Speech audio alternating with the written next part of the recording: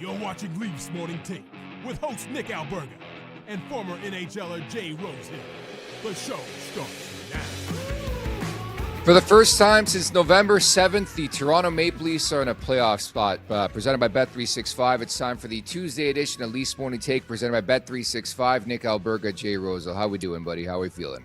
Oh, we're doing pretty good. Is this going to be a heavy Leafs glazing type of pod, I would imagine? I'm kind of ready for it, man. I was fired up after that one. That was a high octane, high intensity. Got to bring everything, bring it for 60. You got to have well-rounded this, that, and the other thing. And they brought it all and came out with a W against that monstrosity of an Avalanche team. Bring the glazing on, if you ask me.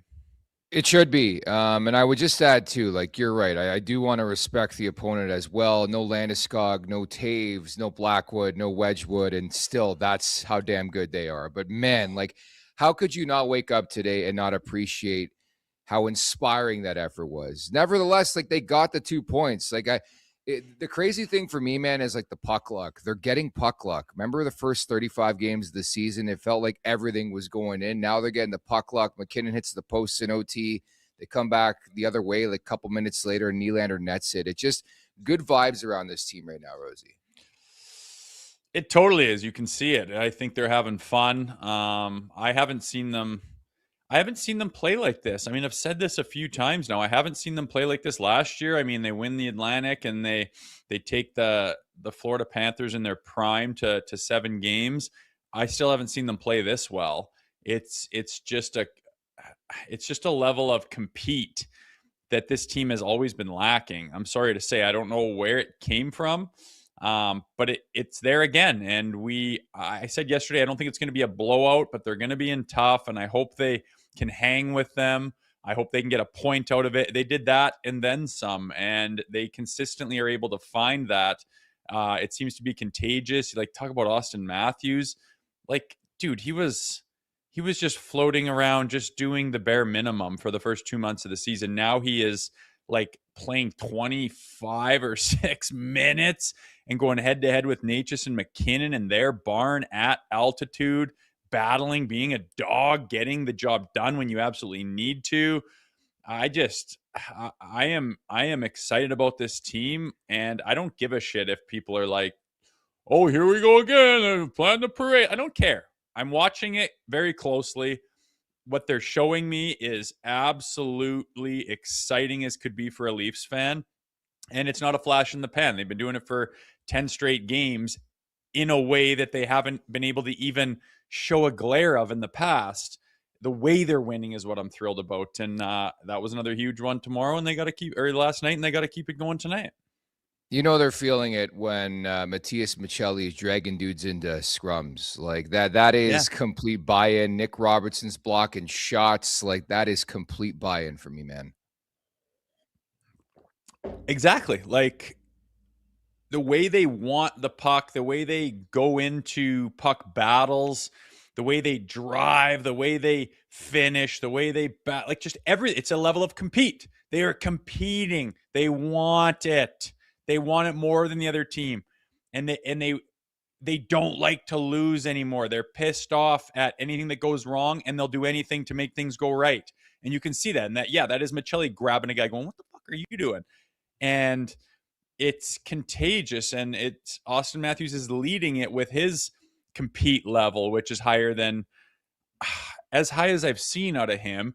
And it goes right down through the lineup. And we got guys hurt too that contribute, and other guys step up. And it's a deep lineup. There's different guys throughout, especially the forward group that can step up, and they are. And again, they have been consistently. It's a time to address it and say it. Like, I'm on the wagon. I believe in this team again. And I think the sky's the limit for them if they can continue to play that way. Again, I've had my, we've all had our heart broken as Leafs fans, and it could happen again. Oh, so what? I know what that feels like. I don't care. I believe in this team, and I think that what I'm seeing is as good as I've seen in this whole generation of Maple Leafs hockey. And it's unreal to watch. Like, what a fantastic hockey game to watch and to enjoy and to obviously get the result. But my God, I wasn't aware that Marty Necas was that good.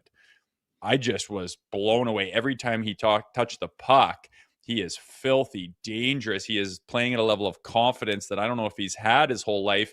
I imagine playing with McKinnon will do that to you, but what a 1-2 punch, man. Those guys are monsters. And again, Leafs matched it and overcame it. Yeah, Nate just left poor Jake McCabe in the dust there on that first goal. That was absolutely nasty. And yeah, I think the fact that the Maple Leafs could hack it with Colorado was obviously a big, big thing to talk about. But like the speed game, transition game, they're right there with them, and they got the goaltending. And I think, you know, the most noticeable thing for me the last, we'll say, almost month here is the swag's back. Like, even in the way Austin Matthews celebrated to the fans, giving him the bird there, like, yeah, I'm Austin Matthews. I scored 69 goals in one NHL regular season. I just torched you.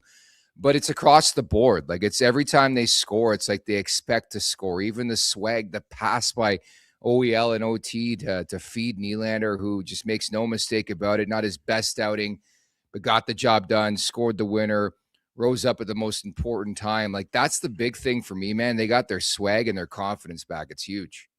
Totally. And yeah, Domi's feeling it. Maccelli's feeling it. I think Cowan's feeling it. Lawton's obviously been feeling it. Matthews, McMahon. And I mean, that's what you need when, you know, you could say Tavares and Nyes, they're not at their best right now. They're not playing their best hockey that we've seen. And it blends in. It's okay because you got other guys picking up the slack. And if Bobby McMahon cools off or someone else trades it, in comes John Tavares, in comes Matthew Nyes. Like, then they'll start to find it. And you ham and egg it like that. So then on any given night, you're able to win. And that just hasn't been the case in the past, especially the beginning of the season. It's just like just the shit beginning of the season aside from that happening, let's just say they were playing, 700 hockey or whatever. This 10-game stretch here, it looks different. It looks different than it did last year. It looks different than it did in the playoffs. It looks different than it has in a long time. And this is what Tree Living was trying to build when he built this team. This is what Craig Berube was trying to get into when he started coaching this team. And I pissed people off on Twitter saying, let's see show yourselves, people who wanted to fire Berube. And some guy, you wanted to trade Nylander and everything. But it's to my point. This is on the players, man. This is on the player. Oh, he adjusted his systems and now they're fucking beating the Colorado Avalanche. That's it. Okay. That's what a tweaking style of play will do. This has always been on the players 100%. What makes them tick, I don't know. But you don't tweak your system and start playing this kind of hockey. They're not dumping it quite as much, and now they're fucking running through the league. Sorry. This is on the players and the balls and the mentality and the leadership and the level of compete that they have brought is the polar opposite to what we had in the first 2 months. Keep going back to that Washington Capitals game, that pathetic performance of just zero compete and zero effort. And it looked like a U11 game where you just stand there and just kind of like watch a guy go around you. And now it's the polar opposite and they're getting rewarded for it. This is what Craig Berube wants to see. This is how he coaches his teams. And this is what you need from the players. Again, it comes from them. I don't know if people think that a coach, yes, it's important. Of course it's important. But when you're having those slogs, it comes from the players. It comes from within. And their shit play at the beginning of the year was on them. And this 10-game point streak where they look as good as they ever have, it is also on them. It is them and their mentality and the level of compete that they have brought. It is not a tweak in the fucking system. It just makes me laugh at how much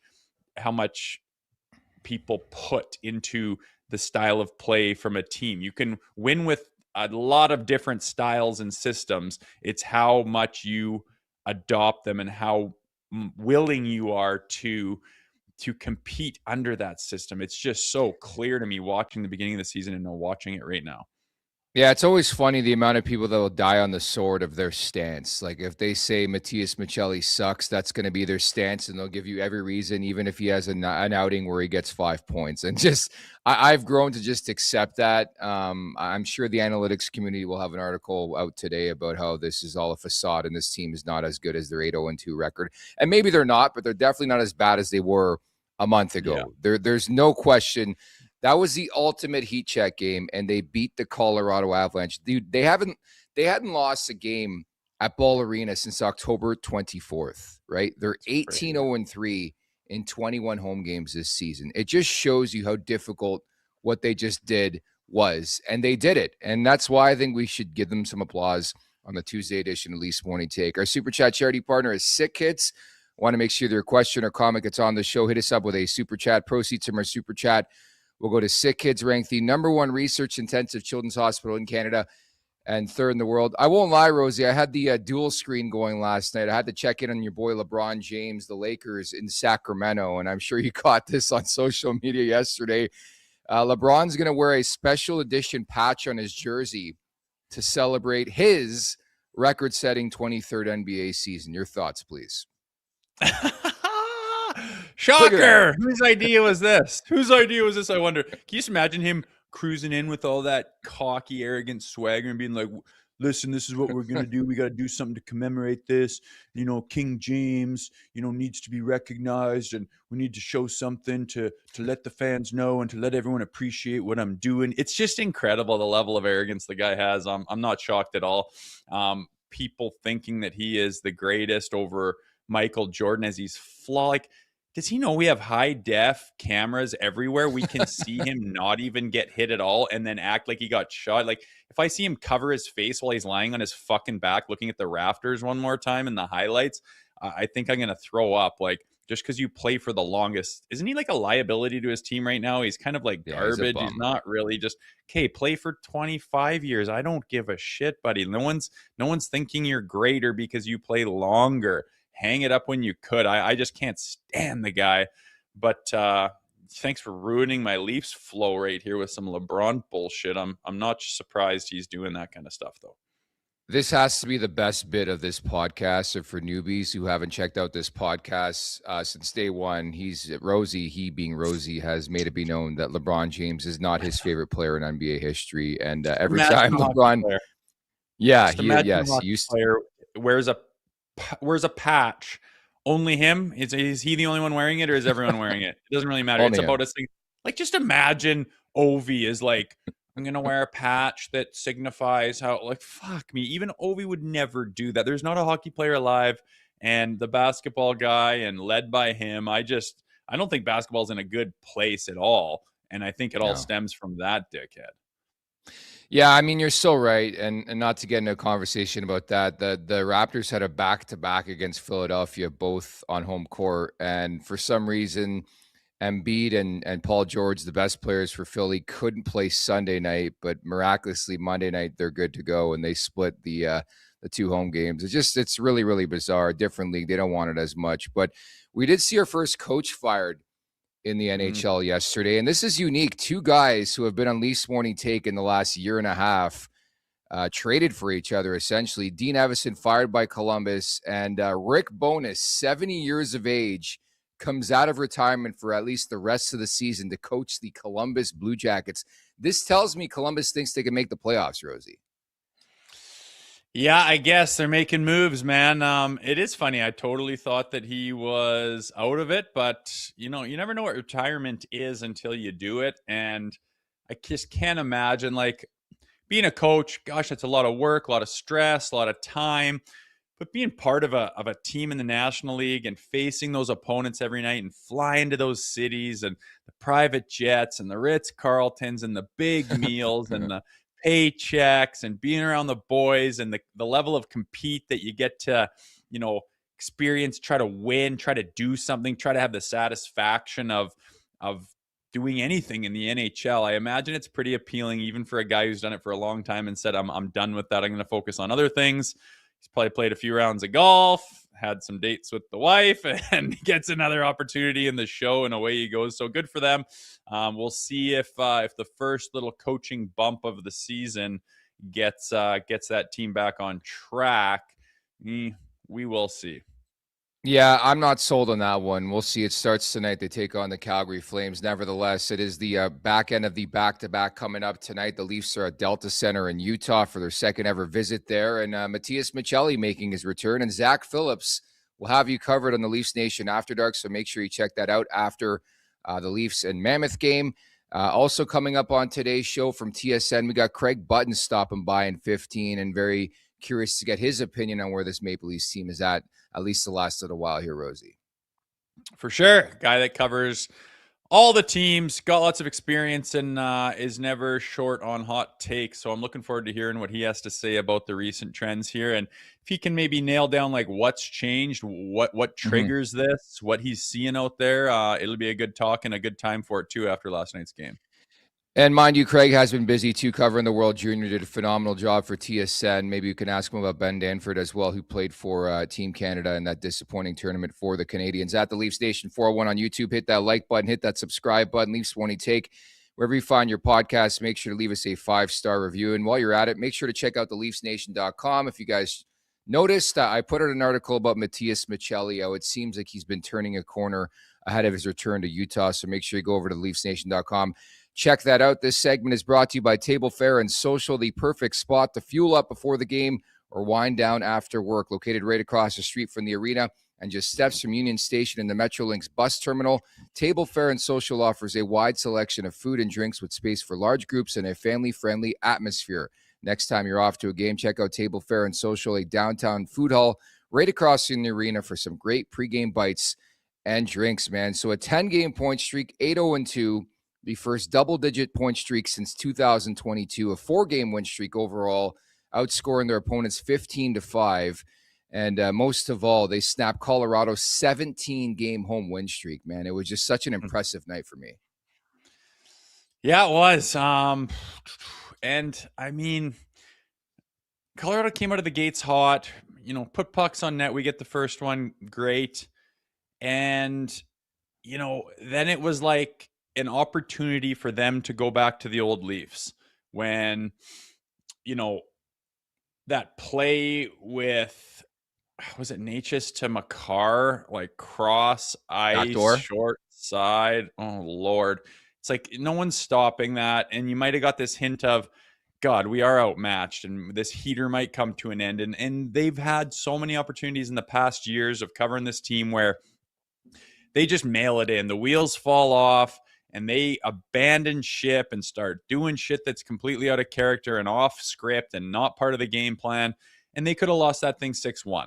We've seen it before. Like, how do you stop this guy? I mean, those jerseys, by the way, are phenomenal. The Nordique jersey, I want those full time. They look great. And they didn't. They come out in the second period after losing their lead and maybe having a chance, an opportunity to be like, God damn, feeling sorry for yourself, checking the wind, seeing, oh God, what are they going to do in the second? They dominated the second period. Yep. I thought they had opportunity. They couldn't finish. It was a scoreless period, but I thought it was all Leafs. Like the ozone time, the chances, the shots, the puck possession, the turnovers. I thought it was all in the Leafs' favor. And a little bit disappointed that they didn't get a goal out of it and get a chance to, right the ship. So then another opportunity in the third. Well, you threw the kitchen sink at them and didn't get rewarded. Maybe it's just not your night. Nope. They battle back. And that goal from Bobby McMahon, just monstrous. The goal from Austin Matthews, just monstrous. And then to kill that penalty late in the third when you could easily against that power play and just the players that are on it give the game away. Nope. Kill that off, battle some more, get it to overtime and get the job done. I mean, it was just, my point is there's so many opportunities for them to stutter step or blow it or be the old Leafs or just kind of show that they're not ready for this. And they didn't falter. Again, I was just watching that thing. I was just like, my God, man, this is what we've been asking for so long, even when they were considered a really good team. And it's probably going to take a lot more of this play for other people to get on board with that because of the beginning of the season and how awful they were. But to me personally, and call me a homer or whatever, I've seen enough to be like, this team has access to the mindset that caters to really good hockey. Like they're able to get into that frame of mind where they start the game and play 60 minutes and are able to finish, and it's the right way all over the ice. Like Matias Maccelli, for example, he looks like a fucking dog out there, and he looked Mhm. like a puppy to start the season. Like it's, yes, he's still a great disher and a playmaker, and yes, he's got to be, conscious of the defensive side of the puck and those high risk passes. Maybe you gotta, like, he's still all those things, but he's effective out there. He is working his nuts off. His compete level is way up here, and you need that on good teams. You look at the Colorado Avalanche; those guys compete, they dig, they want it, they are fast, and we matched them every step of the way. So yeah, just hats off to the Leafs here, but you got to keep it going. You got to prove that this is who you are. I think the biggest word I can pull from that outing was resilience, where previous iterations of this Maple Leaf squad would have been like, you know what, this one's too tough. We're not going to be able to win this game, but they stuck with it. Like the way they came out, to your point, in the second period, after they score the opening goal, Colorado fires back with 2, and Bob McMahon bursts out of a cannon to just go short side there. Like what a finish, and number 14 on the year for him. But you're right. Like the second period in general, just thorough domination. The Leafs had the puck quite a bit, and they just played their game into the third period where they grabbed the lead, like the patented dragon curl from Austin Matthews. It just seemed like every time Colorado had a blow, the Leafs had 2 blows for them. And it was like your prototypical boxing fight. And I think for me, at least, it proved that this team is capable when they're on their game of beating anybody in this league. I mean, if that doesn't prove it, I don't know what does. Like Colorado, literally the best team statistically in the NHL, and the Maple Leafs stuck with them. So again, it's one game out of 82, but I came away very, very pleased, inspired by that effort and the level of resiliency needed to be victorious and successful in this league, I think. Yeah, and you're getting the right things from all the different guys, and they're switch hitting it, and they're taking turns with their big nights. Like Bobby McMahon, I don't even like I don't know where that speed comes from. Some of those guys just like they just pull away from other players, and they all look like their stride is the same. Like he doesn't even move his upper body that much. His stride doesn't seem that fast. It doesn't seem that long, but he just pulls away, and it's funny how people have that. Like reminds me of Phil Kessel. You see him with his gear off. He's got these little pipe cleaner legs, and his upper body's a lot thicker than his lower body. And it's just like this guy's doesn't have any speed, you wouldn't think. And he gets the puck and he just starts pulling away. It's just like, and he's way past everybody. It doesn't make sense. Bobby McMahon with his speed just reminds me of that. Like, why is the radar gun saying you're going 38 clicks an hour from a dead standstill while gathering the puck and pulling away from 2 National League defensemen? It's unreal. And then his release is just, you blink and you miss it as well. So great to see him doing what he's doing. And again, they're switching off night. It was Lawton's night the other night. Then it was Matthews, and then it was Nylander's, and then it's just the depth they're showing is great. Unfortunately, in the Atlantic Division, everyone else is winning. You are making up ground as you should with your play lately. You are in a playoff spot now, but you can't let off the throttle. You've got Vegas coming up a couple times. You got the Minnesota Wild coming up. Like, this has to continue, and I don't have reason to believe that it won't, as it seems like this isn't a fluke. This isn't something that isn't sustainable. This seems like a bunch of men who understand and have had it click in their minds what it takes, and they're loving the effects of that. It sounds like they're having a lot of fun in that room. And the other thing too is Joseph Woll was out of this world. The first 10 minutes of that game, the close to the game, I think it's important to bring up the PK again. I know they let a power play goal in the first period seconds after the face-off, and that's going to happen, even though, as they listed on the broadcast, Colorado possessed the 23rd best power play in this league. But the way they snapped it around, I'll take that power play every day of the week. But I thought Woll was unbelievable, timely with his saves. The PK came up large there in the third period, and I think it's important to highlight that because anybody watching that game, there's like 2 and change left, and Matthews is just trying to make a play and strip the puck from Natchez, and he takes a tripping penalty, and the Leaf fan in you is like, fuck, here we go. They're going to score late, and all the hard work's going to be for naught. But they rallied. They gutted through. They were resilient. Again, that's my big word of the night, resiliency. Yeah, I mean, they easily could have given that game away, and they have given those games away in the past, even where it's like we're doing the show and it's like, yeah, they had 50 really good or 55, 6, 7 really good minutes of hockey, but at the end of the day, a little mistake here and a hiccup there and a bad clear and a whiffed puck and a missed assignment in front, and they backdoor it, and that's kind of the game. And it came down to like that last 10 seconds were taking forever, and I was like, they're just licking their chops, Colorado pouring it to them, and it just didn't happen. And there's lots of times for the D where there was opportunities for those scrambles, a shot and the puck pops up and it lands somewhere and everyone's scrambling. And sometimes in the past we've been really shitty at corralling that puck and getting it to the corner and getting possession, and they did. Like Carlo had a great night. I really hope that the story is true, that his foot was bothering the shit out of him, making it impossible to play good hockey. He goes and takes the time to get it done, get it fixed properly, and now he looks like the Brandon Carlo that we've traded for. I mean, that is so needed when you've got Tanev down for probably the entire season. What a great time for him to step up and be solid. He saved a couple of goals and was really solid defensively. It wasn't perfect with everybody, and you talk about the bottom three or whatever you want to do, but like Simon Benoit, there was I think it was later in the third, they were pouring it to you a bit, and there's this cross, again, this backdoor play that was on the money, guys clear, Wall's not going to get there, and Benoit just reads it and lays down and gets a stick on it, and it gets deflected right into the corner. Like little things like that add up to a lot, especially against a team like the Avalanche.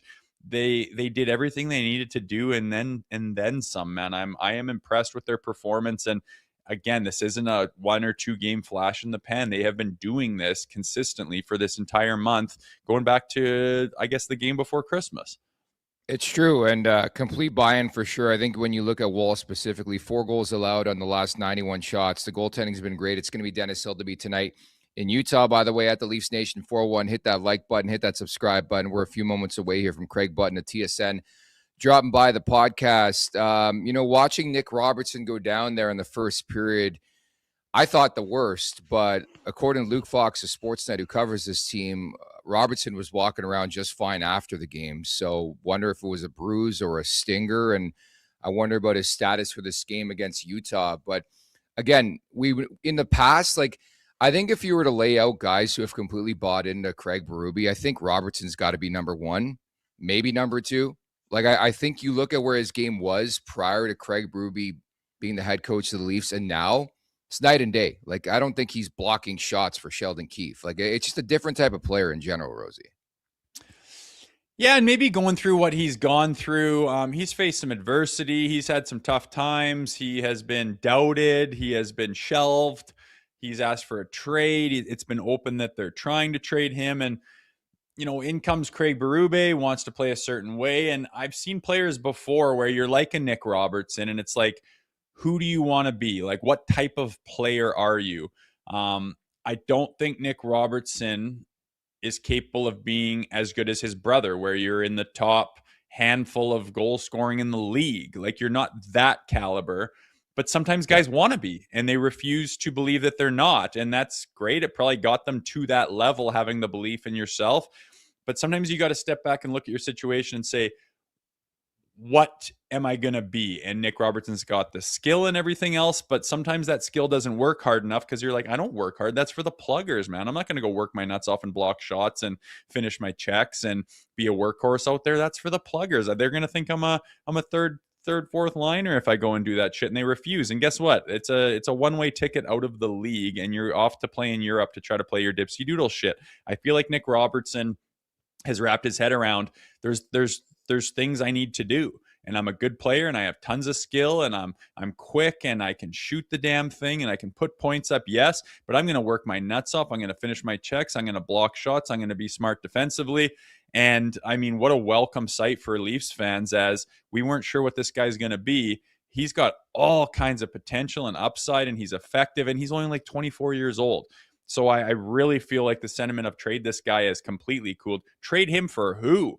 Trade him for what? You've got it right there in front of you, and it's ready to rock. I think that, on top of giving him opportunity, has been a part of it as well, but he doesn't get that opportunity without earning it. And I think he's 100% earned it, and it's paying off. And I'm kind of not surprised he's not dead from that blocked shot. I mean, off the inside of the thigh or whatever, unless it hit his knee and like cracked his knee bone, it's like, well, that's a contusion. That's going to hurt, but it's not anything more than that. I would not be surprised if he played tonight. To be honest with you, it's something that hurts, and maybe they decided, well, don't bother coming back and making it worse.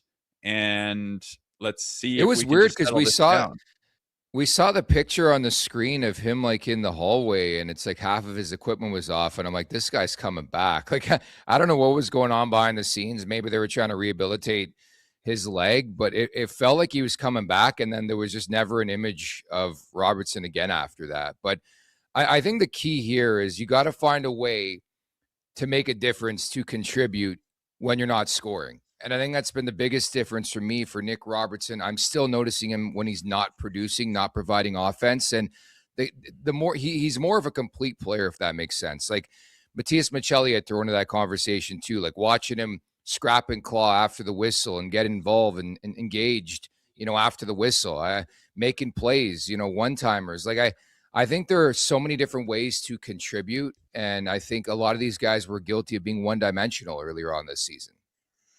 Yeah, exactly. It's just no secret when you're watching the way they play now compared to the beginning of the season. The level of compete is through the roof. They're committing to things that they weren't even on the radar earlier on, and it's contagious. You see the guys doing it line after line, and it becomes this mentality of like, I'm doing it too, and I'll follow you, and let's link arms, we're doing it together. And then you start getting the rewards of it, and you get the success, and then you're having so much more fun in the room, at practice, on the airplane, in the hotel, at the team dinners.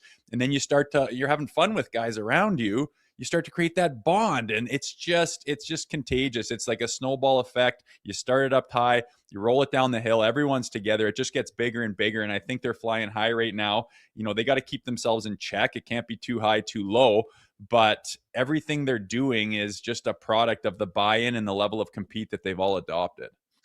At the Leafs Nation 401, hit that like button, hit that subscribe button as we bring in today's guest, the Director of Scouting for TSN Hockey Analyst. Great job at the World Junior as well. It is Craig Button. Craig, how are you? Thanks for doing this. Yeah, no, my pleasure to join you guys. Thanks for having me. Thanks, Craig. Colorado's first loss, Craig, at home since October 24th. What kind of statement does a win like that make, you think? Well, I mean, just listening to you guys just talk, and a couple of the things that just catch my attention: scratch and claw, compete, give the best effort. It wasn't very long ago where Craig Berube was frustrated, and his comment was, ask them. Because if you're being honest with yourself as a player, and you look in the mirror and you say, hey, am I giving the best effort that I can? Because, Nick, to your point earlier, if you think you're going to score every single shift on the ice, like, you're delusional. So you better be doing other things to help your team win. The best scorers can't do it. So if you're not a top scorer, what are you going to do to help the team win? And when Jay's talking about, like, it becomes infectious and everybody starts feeling that, like, hey, I got to go out there and do my part, and I can't let the other guys down. That to me has been the biggest turnaround here for the Leafs. Dale Hunter, Craig Berube's dear friend, has a line, and the line is this: the hard way is the easy way. And by that is, when you're committed to doing the hard things, it's not that the game becomes easy, but now you're not chasing it. When you try to go easy, it becomes really, really hard to have success. And I think the Leafs have turned that around. And what you see now is a team that is playing hard and is doing the things with respect to the details. It's not easy to win in this league, because if it was, everybody would do it. And the Leafs tried to go the easy way, and they were embarrassingly bad. That's changed over the last few weeks. It sure has, and it looks like they're enjoying the fruits of their labor, and it's just such a different mentality having a team that's winning in the NHL compared to losing. It's night and day, and it seems like they've figured that out. And people are going to go talk about, oh, they fired Mark Savard, and now look at how much that changed. Or else Berube tweaked the system, and now look how, like, I always laugh at that because I think people put too much stock into it. Like, to me, it's 100%. the players. It's their level of commitment to do the hard things. Are you seeing that too? Like it's very difficult to think of an example of a team that was as bad as the Leafs were at the beginning of the season, and now to see the way that they're playing the last 10 games. What's your take on that? Do you agree with me? Is there other things going on that made this thing turn around? Well, I mean, Austin Matthews just found a level of offensive ability that we know that he's capable of. The goaltending's been really good. But at the heart of it, Jay, is exactly what you talked about. It's about doing the hard things. And one of the things that I'm a big believer in, and this is a two-parter, but if you got a team of players with character and they're honest with one another and they're honest with themselves, well, then you can challenge them. That's what Craig Berube did. He challenged them because he felt that there was character in that room and character within that group of players. And so when you have the character, you can acknowledge, hey, we haven't been very good and we need to be a lot better. Now we're going to go out and be better. And they've done exactly that. So when you take it from that perspective, like absolutely that becomes a huge part of it. Because if you don't compete and you're not ready to dig in on the details in the game, no game is ever going to be perfect. But if you're not ready to do those hard things, get a puck out, block a shot, be in the right position, dump the puck in on the long change in the second period, those types of things, you're vulnerable now. And you're going to make mistakes, and the game is made up of mistakes. But what the game doesn't forgive is lack of effort and lack of compete. And that to me is a big sign for not only Craig Berube, but also for Brad Treliving to say, okay, I put this team together. Yeah, okay, they're showing that they deserve my support. They deserve my belief in them. But it's what they've done. The other thing I'm going to say, and Jay and Nick, Jay, you know it from playing. The coach is in the room 10% of the time. The other 90% of the time, the coach isn't there. So if the players aren't prepared to take responsibility and challenge one another, and then at the same time challenge themselves, coach isn't going to make a difference. I don't care who you are. Yeah, it's definitely the case right now for this team on fire. 8-0-2 in the last 10 games. Back in a playoff spot for the first time since November 7th. How will you view this team moving forward now, Craig? I think the biggest thing for me is, as a manager, you put together the team and you wanna say, hey, we're better than this, and you always have to look at your team through a realistic lens. But at the same time, you're stumbling, you're not playing as well. There's a lot of what I would say is misgivings about how good the team is. But when a team isn't functioning at its near its best level, it's hard to evaluate. I think for Brad Treliving now, he can see a team, what it looks like when it's functioning, which also helps you understand what else you can do to strengthen it in terms of player acquisition. It becomes a very different path now. You see what they're capable of. You see, okay, this is a team now back in a playoff spot, to your point, Nick. Yeah, it's a great run. But now Brad can look at it clearly and go, okay, what can give us a chance to be that much better? What can give us a chance to have success in the playoffs? And I think that's the real positive that is coming out of this play for the Toronto Maple Leafs. Conversely, if it had gone the other way, Brad would be looking at making moves with players leaving the organization, not coming in. And I think given the choice, you want the first one, not the second one.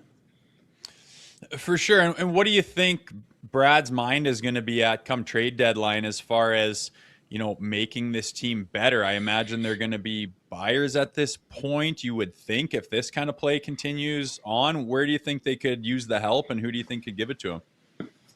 Yeah, and certainly when the players dig in like they have, you want the opportunity to add a little heft, add a little muscle to your lineup. I'm not talking about the toughness area. I'm talking about just strengthening your team.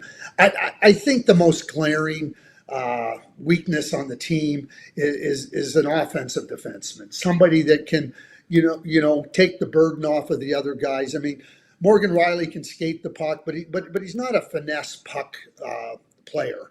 And get somebody that can come in and give you some really good, strong offensive play from the blue line, make cleaner outlet passes, help you a little bit more on the power play. I think that would be, if I'm looking at it from the outside in, that would be my number one focus. And then, of course, you're always trying to add a little bit more weight. And now I am talking about weight and heft in a literal sense, because the playoffs are hard. It's not for the faint-hearted. It's not for the light-hearted. And I think that in those two areas, if you can add it, everybody, oh yeah, can we get skill? Everybody teams aren't giving up skill. So you got to look at how do you improve on the margins. And good teams, teams that end up winning and advancing in the playoffs, they win on the margins. It's not like you go into a series, you go, oh boy, we have a massive advantage here, and there, and we're going to win. You win on the margins. And I think where you can strengthen yourself for the Toronto Maple Leafs would be in those two areas. Now, the bigger one would be on the blue line. The other areas are important come playoff time. And Craig, I think it's fascinating. It seems like every player in this league has a correlation to Brad Treliving, and among them is Dougie Hamilton here with New Jersey. Do you see Hamilton as a fit here in Toronto? Listen, I think Dougie Hamilton's a really good player. I think he gets maligned in a manner that, in a lot of ways, I think is unfair. I mean, they make him a healthy scratch. He comes back, and in Minnesota against one of the best teams in the league. I mean, he plays all the minutes. He gets the points and everything. And Dougie is Dougie. I think as a player, you like too much of the time, and I think everybody gets guilty of this at times. Coaches get guilty of it. Managers get guilty of it. We in the media get guilty of it. Like, oh, why doesn't he do this? Instead of just saying, geez, he does this really, really well. And why don't we celebrate what he does? So in a roundabout way, I mean, you have to make money work and everything. But do I think Dougie Hamilton would be a good fit for the Toronto Maple Leafs? Unquestionably, yes. Like, that's exactly the type of guy that they could use. And because you have, like, Jake McCabe's having a fantastic year. I mean, look at last night's game, that play that Benoit makes on the penalty kill in overtime, deflecting the pass away. I mean, those areas are important plays. So, Brandon Carlo's going to give you the weight and the heft and everything. Tanev doesn't look like he's coming back. So could Dougie Hamilton come in and give them what they need and be supported? Absolutely, in my opinion. Mm-hmm. And Craig, last one from me. I think there was a point in time there where the odds makers had the Leafs making the playoffs like under 20%. After seeing what you've seen now since Christmas, what number do you put that at right now? Okay, so I mean, I'm not an odds maker, Jay, but here's what I would say. If they keep playing like this, they'll be in the playoffs. So is that 100%? And I know that people, wow, can they sustain it? Can they do that? Yeah, you can sustain this. I mean, goaltending last year was really strong for the Toronto Maple Leafs, and that was a 100-plus point season. So there's some changes, and certainly you've seen it with the absence of Marner on the power play. But offensively, they're putting the puck in the net. Offensively, Austin Matthews is finding his way. I see a real balance now in terms of their lines, the way that Craig Berube's moving lines around it. There was so much talk, you got to make sure you're loaded up here, and then it left other lines short. And I think now that there's the balance in the lineup. Some of the guys, Cowan is finding his way. Maccelli looks like he's finding his way and contributing. You talked about Nick Robertson. Those are three players that are helping the Leafs now, and that's a positive thing. So, yeah, you got to sustain it, but the way the Leafs are finding, I guess what I would call their competitive rhythm, like if they play like that, they'll be in the playoffs.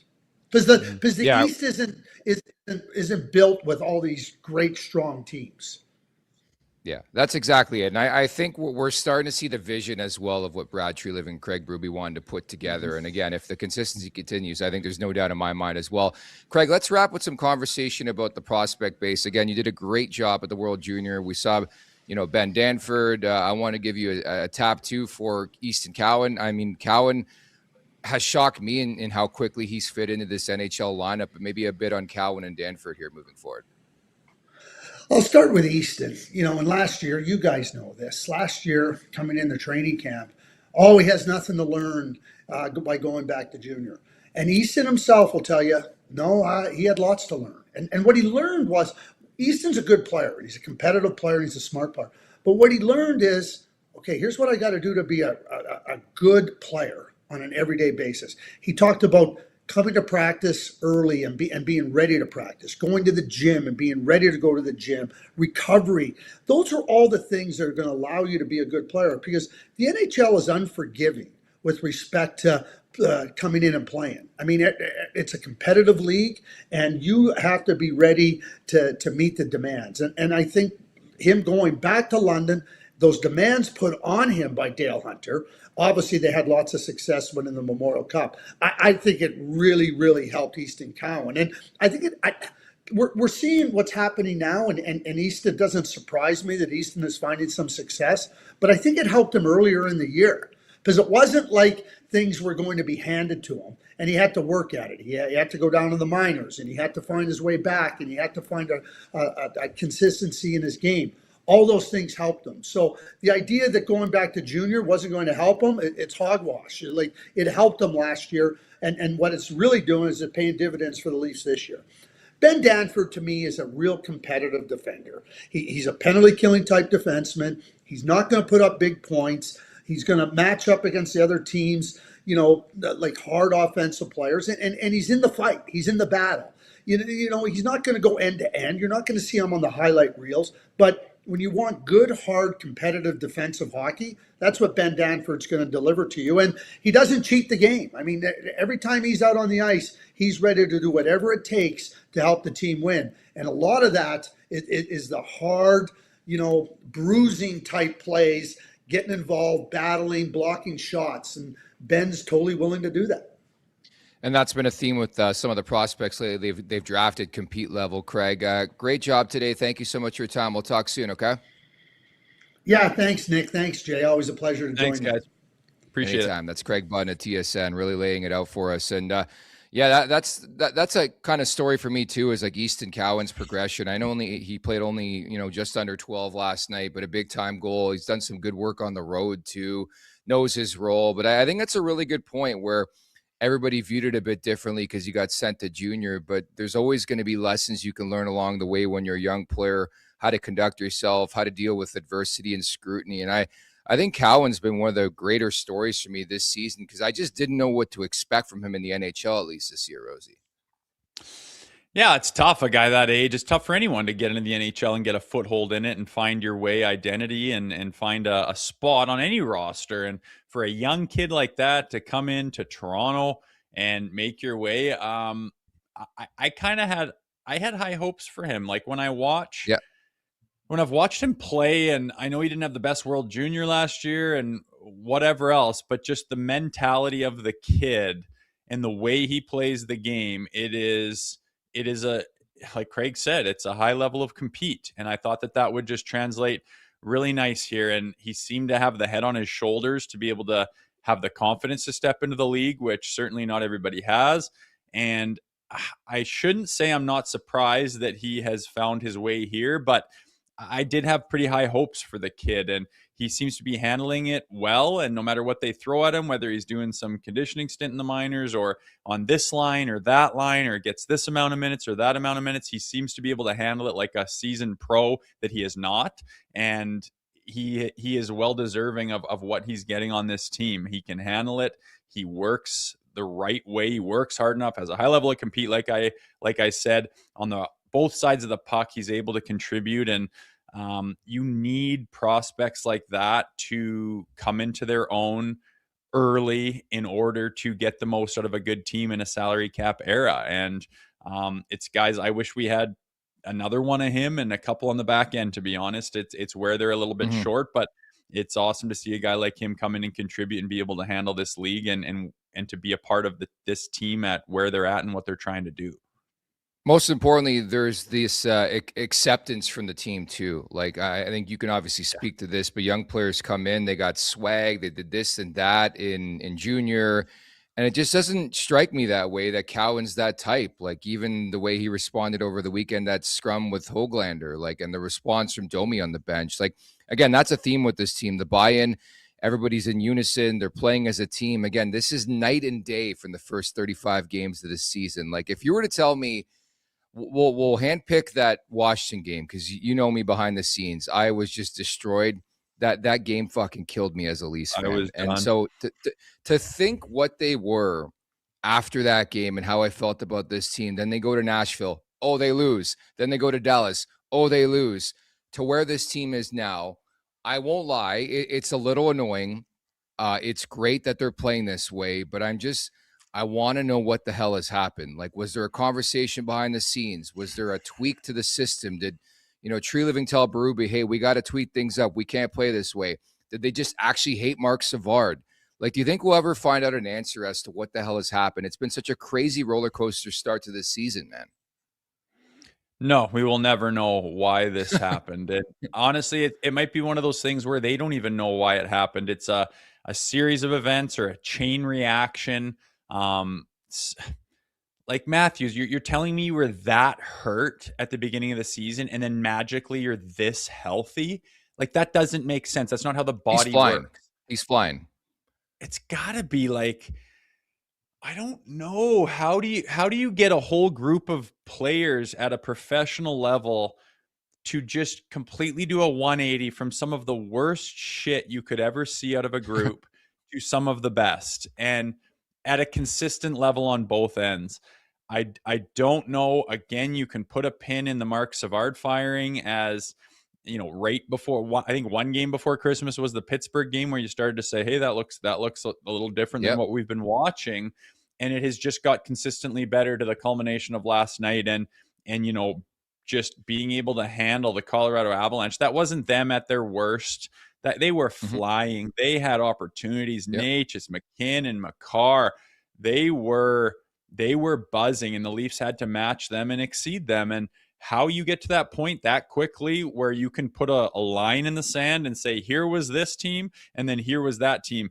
I mean, Craig Berube has done that. To me, it always blows my mind that in 2019, St. Louis Blues, as of a week and a half ago, if this were that calendar year, they were the last team in the NHL and they win the Stanley Cup. Like, that is a turnaround that is hardly ever seen in sports, but it is sports and weird things happen.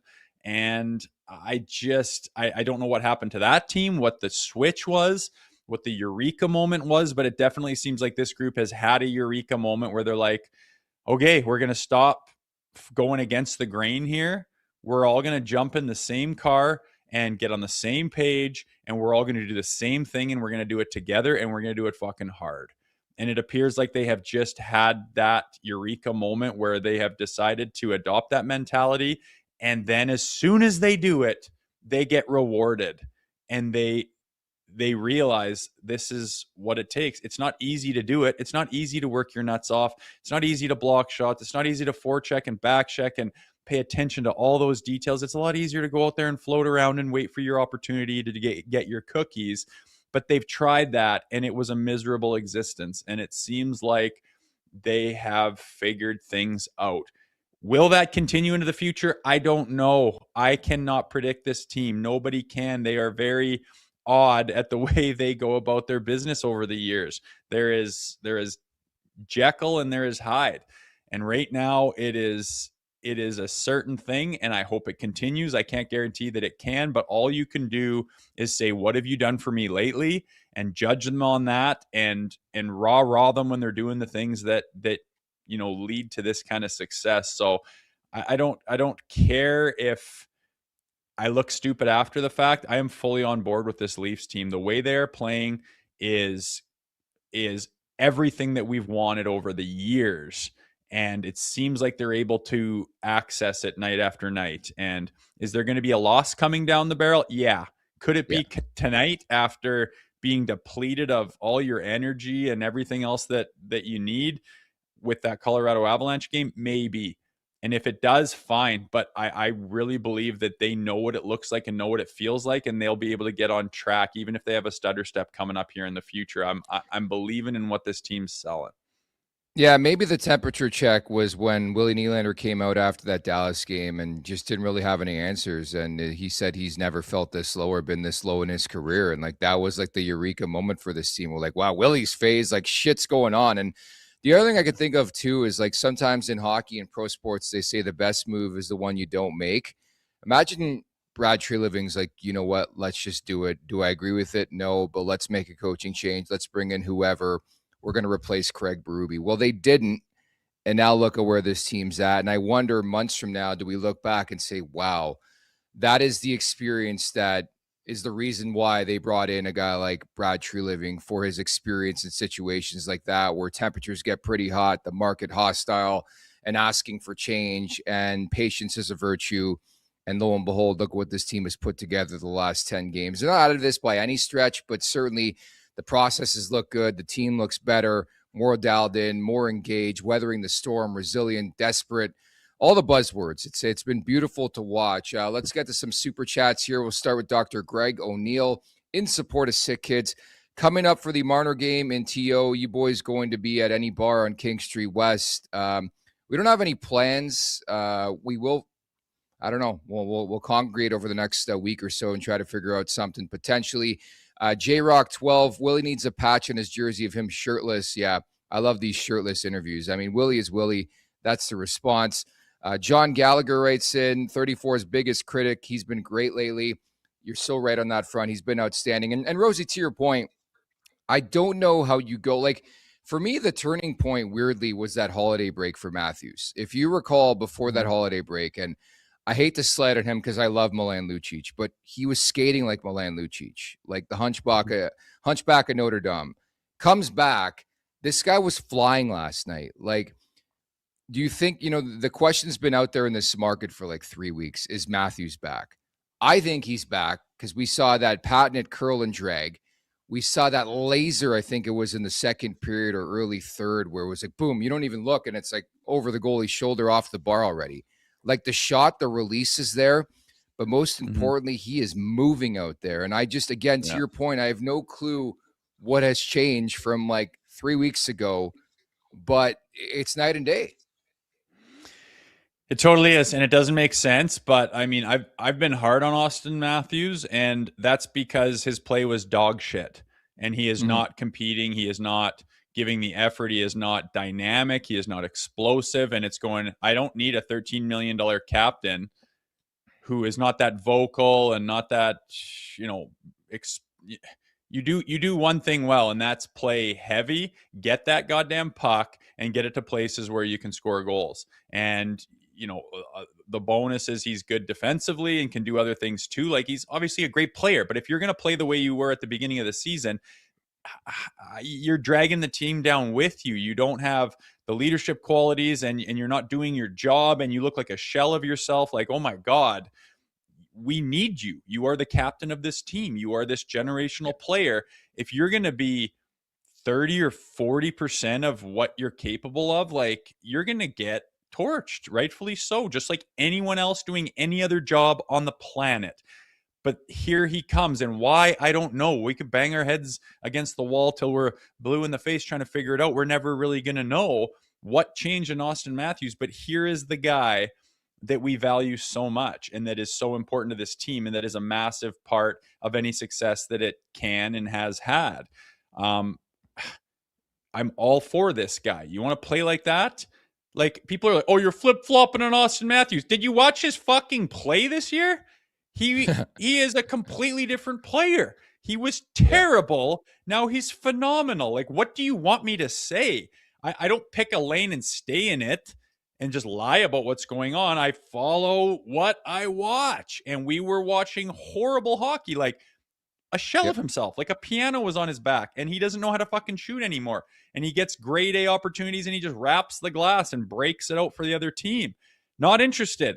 Playing like he did last night and the day before and the game before that, very interested. So again, I don't know what's with this yo-yo. I don't know what's going on with him. If it's his body, is it not even physical at all? Has he been hurt? Has he not? Is it just a complete mental block? Is it? I don't know. But I do know that the play right now is polar opposite from what we were watching at the beginning of the season. I love it for him. I love it for the team. I love it for the fans. Everyone else has fallen in line as well. And when you have your big dog competing that hard, it's easy for everyone else to fall in line. And that is leadership. And I didn't know if they possess the character to be able to recognize that and address it and turn it around. they're proven right now that he does in fact have that, and he has found something that he couldn't find earlier on, or wasn't willing to, or wasn't able to, and it's great to watch, man. This is when following the Leafs is fun, when they're playing like this, and Yep. they've gotten lots of wins where you're still like, yeah, okay, like in the past years where you're like, it's not exactly how it's done, but you got the job done, so I guess we'll be happy. There's been a lot of that going on. These last 10 games has been like, that's the fucking formula right there, folks. That's what's going to get you to where this franchise desperately wants to go. Meantime, the last tadpole sends us this super chat. Appreciate it. The Leafs Nation show is 8+. Thanks for the hard work, guys. No problem. Thank you so much for tuning in. At the Leafs Nation 401, hit that like button, hit that subscribe button. Maybe just a quick word here to wrap on this back-to-back here in Utah. Matias Maccelli making his return back early November. Both of us were at this game. Toronto 5, Utah 3. Maccelli had 1-1. He's been a different player. I think he was a health bomb for 11 or 12 in a row, but he's found the consistency in his game. He's on PP1. What are your expectations for Maccelli tonight in Utah? Yeah, I think based on what we saw last time they played, he really wanted to stick it to the Utah Mammoth. And I was at that game live. He was buzzing around pretty good. He got on the score sheet with a big goal. I am going to expect for him to be chomping at the bit even more. I think that level of compete, you talk about how guys step up here and guys step up there. I think that this could be a game where if everyone else might have, be a little bit depleted from a pretty emotional game against the Colorado Avalanche there, that would take a lot of energy to get that thing done. I imagine he could be a guy that steps up and takes the reins and leads the charge here, as he's got extra motivation and has shown that he can do that. And on top of that, his game is in a place that we haven't seen in a Leafs uniform yet.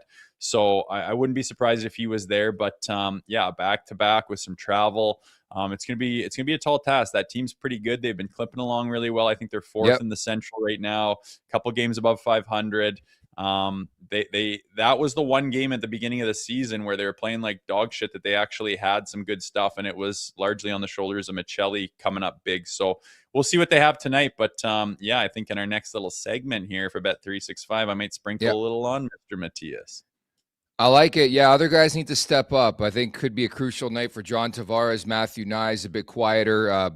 Jake McCabe, I don't think had his best outing. I don't blame him. I mean, Colorado is just such a juggernaut offensively with the speed game and just the finesse and the talent. But it wasn't McCabe's best night. And Dennis Hildeby, I think much similar to the game against Colorado, they're going to have to weather the storm early in this game, the first 10 minutes, and they're going to have to rely a bit on their goaltending and their defensive structure. But Hildeby, since December 1st, 3-3-3, 2.58, 918, one shutout. Again, this is another prevailing story, how much confidence this team has in their backup goalie. If you recall earlier in the season, they did not want to play Dennis Hildeby. Now it's different. I'd play this guy against anybody, quite frankly.